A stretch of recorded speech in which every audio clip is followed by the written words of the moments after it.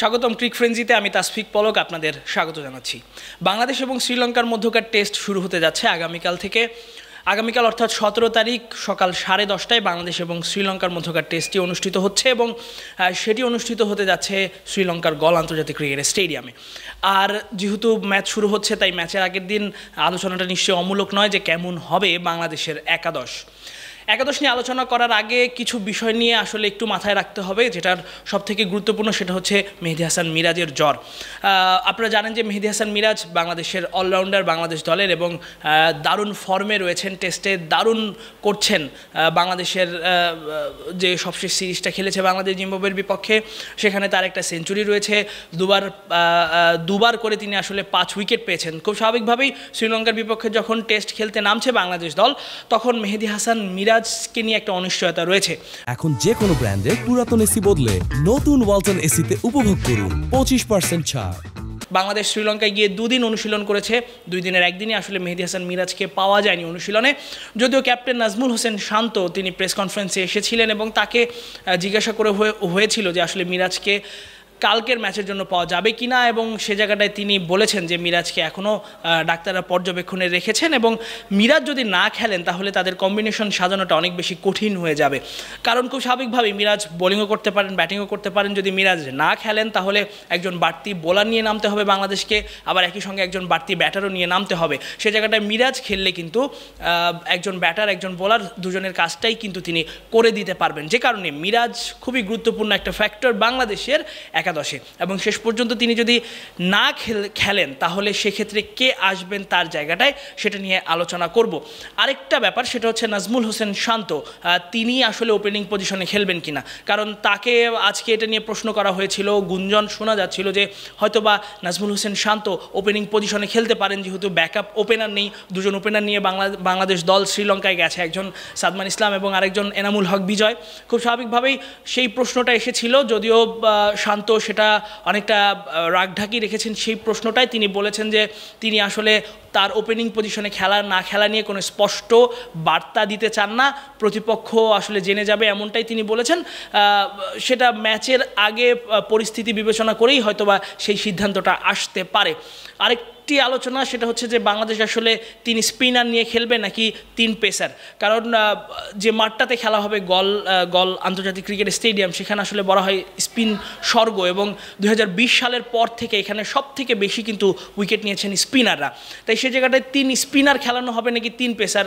আবার একই সঙ্গে গলে কিন্তু বৃষ্টি হচ্ছে, উইকেটটা ভেজা, এবং আগামী 5 দিন অর্থাৎ টেস্টের যে 5 দিন, সেই 5 দিনই কিন্তু গলে বৃষ্টি হওয়ার সম্ভাবনা রয়েছে। তো সেই জায়গাটায় খুব স্বাভাবিকভাবেই যখন বৃষ্টি হয় কিংবা উইকেট কাভারে ঢাকা থাকে তখন পেসাররা সুবিধা পান। তো সেই জায়গাটায় বাংলাদেশ দল নিশ্চয়ই ম্যাচের আগে আসলে একাদশটা নির্বাচন করার ক্ষেত্রে 3 পেসার নাকি 3 স্পিনার নিয়ে নামবে, সেই ব্যাপারে একটা কনক্লুশন কিংবা একটা সিদ্ধান্তে আসতে পারে।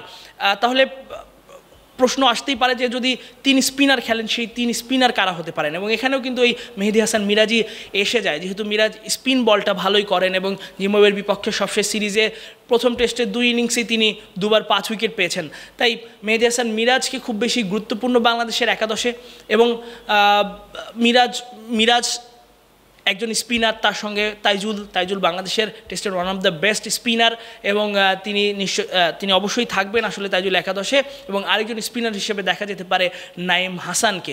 আর যদি মিরাজ না খেলেন সেক্ষেত্রে বাংলাদেশ যদি 3 স্পিনার খেলাতে চায় সেক্ষেত্রে অপশন হতে পারে হাসান মুরাদ।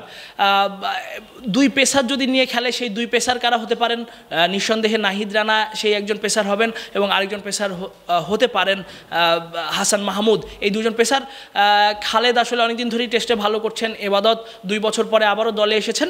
এই 2জনের আসলে যদি 2 পেসার নিয়ে বাংলাদেশ দল খেলতে চায় সেক্ষেত্রে এই 2জনের একাদশে জায়গা পাওয়ার সম্ভাবনাটা খুবই কম। তারপরেও যদি 3 পেসার নিয়ে খেলাতে চায় সেক্ষেত্রে ইবাদত নাকি খালেদ, সেটা নিয়ে একটা আলোচনা হতে পারে। যেহেতু 2 বছর পরে ফিরেছেন এবাদত, সেক্ষেত্রে এবাদতের সুযোগটা কমই বলা যায়। সে জায়গাটায় খালেদ যদি তৃতীয় 3 নম্বর পেসারের অপশন হিসেবে একাদশে যুক্ত হতে পারেন। এই গেল বোলারদের অপশন। এরপরে ব্যাটিংয়ে যদি আমরা একটু নজর দিই, ওপেনিং পজিশনটা নিয়ে যেমনটা বলছিলাম যে আলোচনা রয়েছে, নাজমুল হোসেন শান্ত আসলে ওপেনিং করবেন কিনা, যদিও তিনি সেটা জানাননি, নিশ্চিত করে কিছু বলেন উনি। তো সেই জায়গাটায় ওপেনিং পজিশনে প্রাথমিক ধারণা থেকে হয়তোবা বলাই যায় যে সেই জায়গাটায় ওপেনিং পজিশনে আমরা দেখতে পারি বাঁহাতি ব্যাটার সাদমান ইসলাম এবং এনামুল হক বিজয়কে। এই সাদমান কিন্তু জিম্বাবুয়ের বিপক্ষে দ্বিতীয় টেস্টে 120 রানের একটা ইনিংস খেলেছিলেন এবং বিজয় তার 39 রানের একটা ইনিংস রয়েছে। তো সেই জায়গাটায় এই দুজনকে ওপেনিং পজিশনে দেখা যেতে পারে। 3 নম্বরে মোমিনুল হক সৌরভ, তাকে দেখা যেতে পারে। 4 নম্বরে যদি ক্যাপ্টেন নাজমুল হোসেন শান্ত ওপেন না করেন তাহলে তিনি 4 নম্বরেই খেলবেন। টেস্টে তাকে আমরা সেই পজিশনেই খেলতে দেখি এবং জিম্বাবুয়ের বিপক্ষে সিরিজে এই পজিশনে খেলেই কিন্তু তিনি 40 রানের একটা ইনিংস আমরা তার ব্যাট থেকে দেখেছিলাম। এরপরে যথারীতি মুশফিকুর রহিম এবং জাকের আলী অনিককে আমরা দেখব। তো সেই জায়গাটায় এখানে আরেকটা প্রশ্ন আসতে পারে যে লিটন দাস আসলে একাদশের সুযোগ পাবেন কিনা, কারণ আমরা জিম্বাবুয়ের বিপক্ষে সিরিজে লিটনকে একাদশে দেখিনি এবং ওয়েস্ট ইন্ডিজের বিপক্ষে তিনি সবশেষ টেস্ট খেলেছেন, কিন্তু গলের মাঠে কিংবা শ্রীলঙ্কার মাঠে আবার লিটনের যেহেতু ইতিহাসটা বেশ ভালো, সে জায়গাটায় লিটনকে দেখা যেতে পারে এবং এখানে ওই যদি কিন্তু ব্যাপারটা আবারও চলে আসে, যদি মেহেদী হাসান মিরাজ না খেলেন তাহলে হয়তো লিটনকে আমরা দেখতে পারি সেই পজিশনটা। এবং জাকের আলী অনেক যেহেতু কিপিং করবেন, সেই জায়গাটায় আসলে মাহিদুল ইসলাম অঙ্কনের অভিষেক হওয়ার সম্ভাবনা নেই বললেই চলে এবং বাংলাদেশ আসলে ব্যাটারদের খুব বেশি অপশনও নিয়ে যায়নি। এই যাদের নাম বললাম আসলে তাদেরকে ভালো খেলতে হবে এবং সবথেকে গুরুত্বপূর্ণ যে ব্যাপার সেটা হচ্ছে মুশফিকুর রহিম দলের সবথেকে অভিজ্ঞ ব্যাটার এবং তিনি গত 13 ইনিংস ধরে তার ব্যাটে কোনো হাফ সেঞ্চুরি নেই। তো সেই জায়গাটায় মুশফিকুর রহিমকে ভালো কিছু করতে হবে এবং এই গলের মাঠটা কিন্তু তার নিঃসন্দেহে অনেক প্রিয় মাঠ এবং শ্রীলঙ্কাও তার প্রিয় প্রতিপক্ষ। এখন পর্যন্ত যতগুলো টেস্ট মুশফিকুর রহিম খেলেছেন তার প্রতিপক্ষের বিবেচনায় কিন্তু শ্রীলঙ্কার বিপক্ষেই তার সবথেকে বেশি রান এবং একই সাথে যত দেশে তিনি এখন পর্যন্ত সফর করেছেন শ্রীলঙ্কার মাটিতেই কিন্তু তার সবথেকে বেশি রান। এবং আরেকটা গুরুত্বপূর্ণ ব্যাপার যেটা হচ্ছে এই গলের মাঠেই কিন্তু তার প্রথম ডাবল সেঞ্চুরিটা এসেছিল। খুব স্বাভাবিকভাবেই মুশফিকুর রহিম এই মাঠ দিয়ে আবারও ফর্মে ফিরতে চাইবেন এবং বাংলাদেশের জন্য তার ফর্মে ফেরাটা অনেক বেশি গুরুত্বপূর্ণ।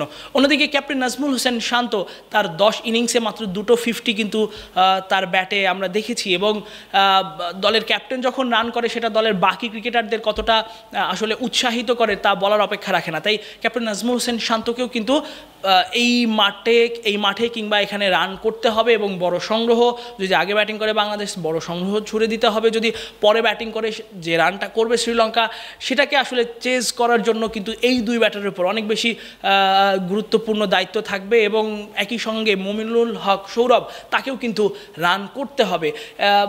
সব কিছু মিলে আসলে বাংলাদেশ দলের ব্যাটাররা চাইছে এবং ক্যাপ্টেন নাজমুল হোসেন শান্ত বারবার বলেছেন যে তিনি আসলে নতুন করে শুরু করতে চান এবং WTC যেটা বলা হয় ওয়ার্ল্ড টেস্ট চ্যাম্পিয়নশিপের নতুন সাইকেলও কিন্তু শুরু হচ্ছে বাংলাদেশ এবং শ্রীলঙ্কার মধ্যকার টেস্ট দিয়ে। তো বাংলাদেশ শুরুতেই যাতে গলদ না হয়, শুরুতেই যাতে ভালো শুরু করতে পারে বাংলাদেশ দল, সেই চেষ্টাটা দলের পক্ষ থেকে থাকবে। একই সঙ্গে শ্রীলঙ্কার এই দলটাও কিন্তু তুলনামূলক বাংলাদেশের জন্য সহজ প্রতিপক্ষ। 6 জন আনক্যাপড অর্থাৎ যাদের এখনো অভিষেক হয়নি এমন ক্রিকেটার কিন্তু রয়েছে এই স্কোয়াডে। তো খুব স্বাভাবিকভাবেই সে তুলনায় বাংলাদেশ দলটা বেশ অভিজ্ঞ। বাংলাদেশ দলের সেই সুযোগটা থাকবে আসলে প্রথম টেস্টেই শ্রীলঙ্কার বিপক্ষে ভালো কিছু করে ভালো শুরু করা, যেহেতু বাংলাদেশ দল আসলে অনেকদিন ধরেই টেস্টে ভালো করতে পারছে না। একই সঙ্গে কিন্তু শ্রীলঙ্কাও 4 মাস পর টেস্ট খেলতে নামছে, সে তুলনায় বাংলাদেশ কিন্তু এই গেল কয়েকদিন আগেই ঘরের মাঠে জিম্বাবুয়ের বিপক্ষে সিরিজ খেলেছে। সব দিক দিয়ে বাংলাদেশের জন্য কিন্তু শ্রীলঙ্কার বিপক্ষে টেস্টে ভালো করাটা খুব কঠিন নয়। আবার একই সাথে ভালো করতে হলে যেসব ব্যাটারদের জ্বলে উঠতে হবে, বোলারদের জ্বলে উঠতে হবে, স্পিনারদের ভালো করতে হবে, কারণ গলে স্পিনাররা সবসময় সহায়তা পান। এখন দেখার বিষয় আসলে কেমন করে বাংলাদেশ দল, কারণ নতুন প্রত্যাশার কথা বলা হচ্ছে, নতুন আশা সম্ভাবনার কথা বলা হচ্ছে। ওয়ানডে এবং T20 যে ফরম্যাটে আসলে বাংলাদেশ সবসময় ভালো করে, বিশেষ করে ওয়ানডেতে, সে জায়গাটায় বাংলাদেশের পারফরমেন্স খুব একটা ভালো নয়। T20তে তারা পাকিস্তানের বিপক্ষে সিরিজ হেরেছে, এর আগে সংযুক্ত আরব আমিরাতের বিপক্ষে সিরিজ হেরেছে, যেটা বাংলাদেশের জন্য অনেক বেশি লজ্জার। তো সেই জায়গাটায় শ্রীলঙ্কায় বাংলাদেশ ভালো কিছু করুক, ভালো দর্শকদের আসলে ভালো খেলা উপহার দিক, যারা অফ ফর্মে রয়েছেন তারা ফর্মে ফিরুক, এমনটাই প্রত্যাশা। এতক্ষণ আমাদের সঙ্গে থাকার জন্য ধন্যবাদ।